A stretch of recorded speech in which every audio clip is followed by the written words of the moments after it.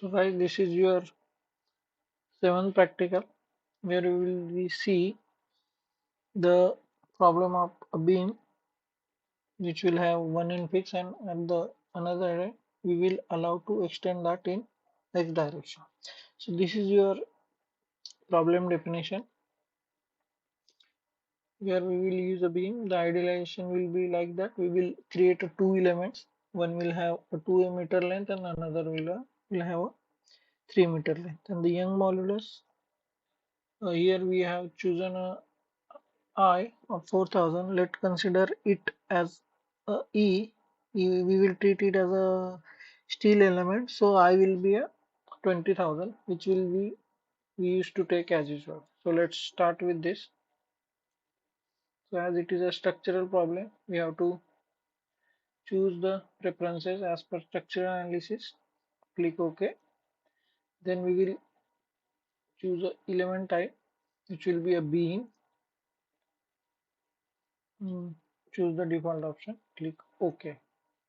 As we discussed, here we have to define the extra parameters in the section. If you recall, in the thermal analysis we used to define that by activating the particular option in key option, and then we will inputted that parameter in the real cost. But in current case we will define that in the section. Then go to the section B, common section, and in common section choose circle and define the radius, which will be your roll number. So for current it will be a 20. Click OK. Now next is to define the material properties. For that, go to the material properties section and open material model, structural, linear, elastic, isotropic. Ignore that EI which was 4000. Here we will input it 21,000.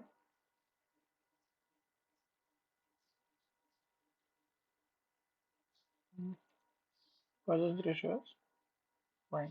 Click OK. Close it.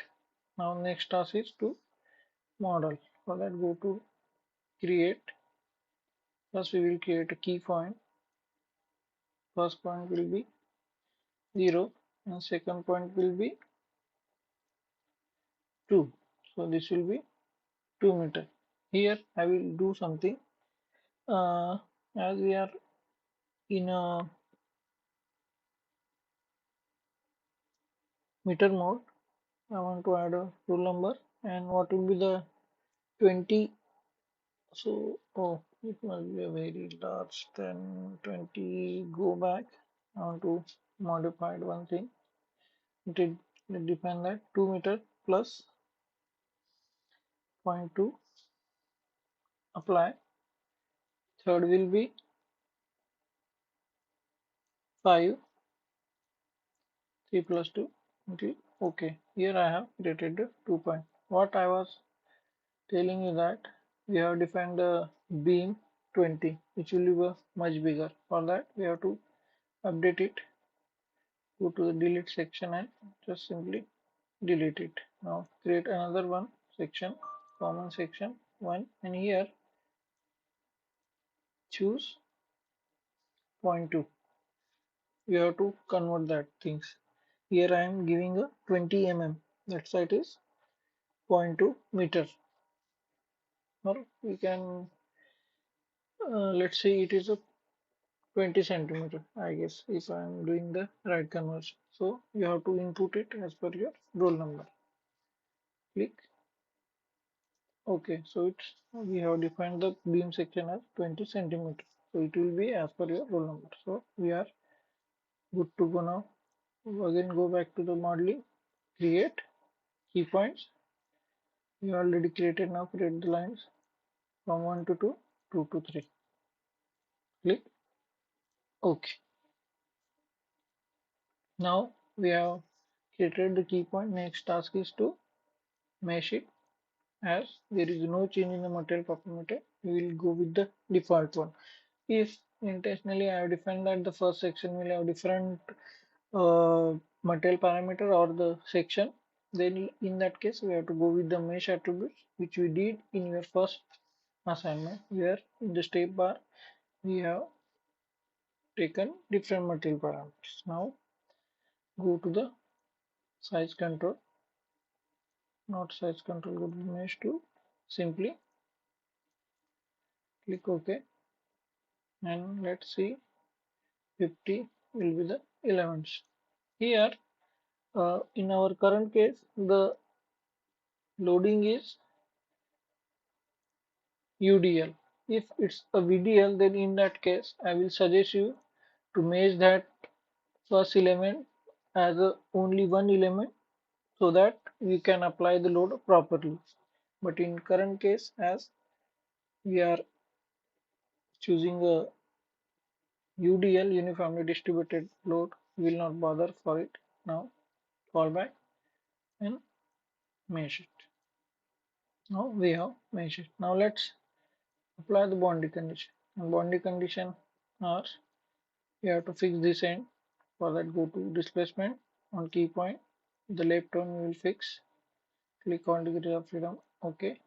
Again, and on the right we will only restrict the moment in the y direction. Click OK. So it will not allow any movement in the y direction. It will allow in x and z. But as it is a 1D problem, we will worried about only x. Now the next task is to application of load forces. There is a one point load in the middle here. Apply now, which is 200 kilonewton. Actually, it is a printing mistake. It should be only 20 kilonewton, not per meter. So we will go to Fy and input minus 200. Click OK. As our area is much bigger, instead of going for 200, I will choose 2000.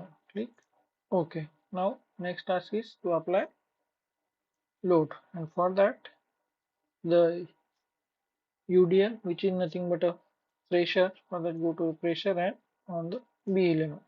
If you try to apply, we have to select individual element, but it is a very cumbersome. For that, I will tell you one trick.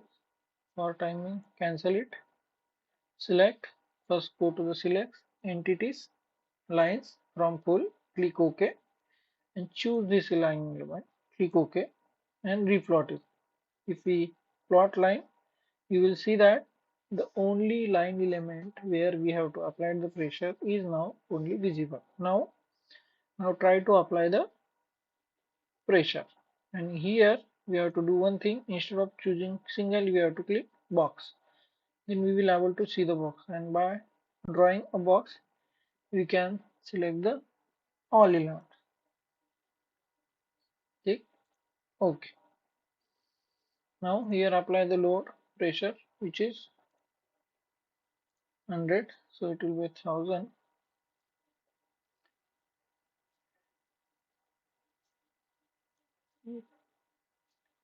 Here it is mentioned that if you want to apply the UVL, you can left it or you can define the same. So it will be a UDL. Now you can see that by mistake I have added extra pressure on this beam element. So we have to delete it. Go to delete.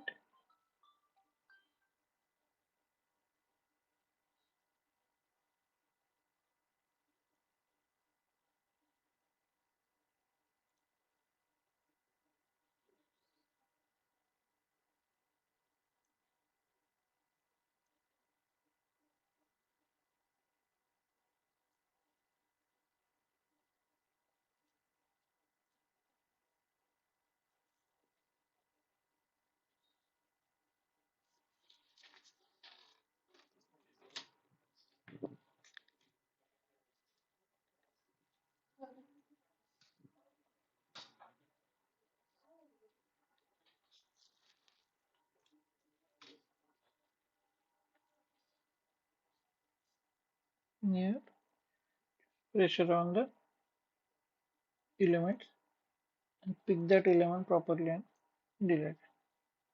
Okay. So now we have deleted it. Now we have ready to go. select everything, plot that. Now here we have get that now. Click on the solve. Now we have solved it. Now plot the result. Control plot, nodal solution, displacement x. So this is your displacement. We have to take this one.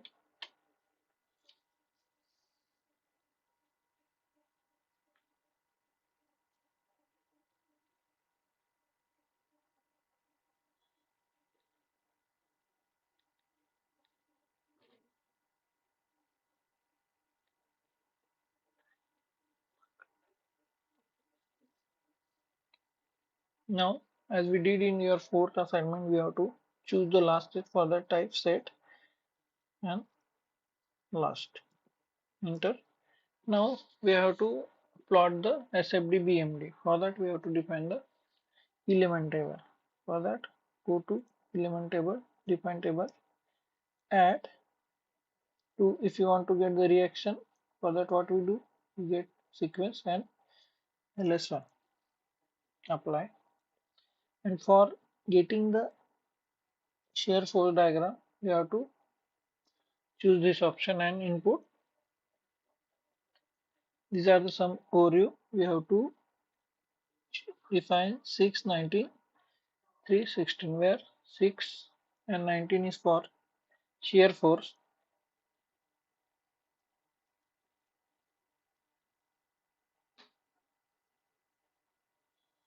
and 3 and 6 is to calculate the bending moment.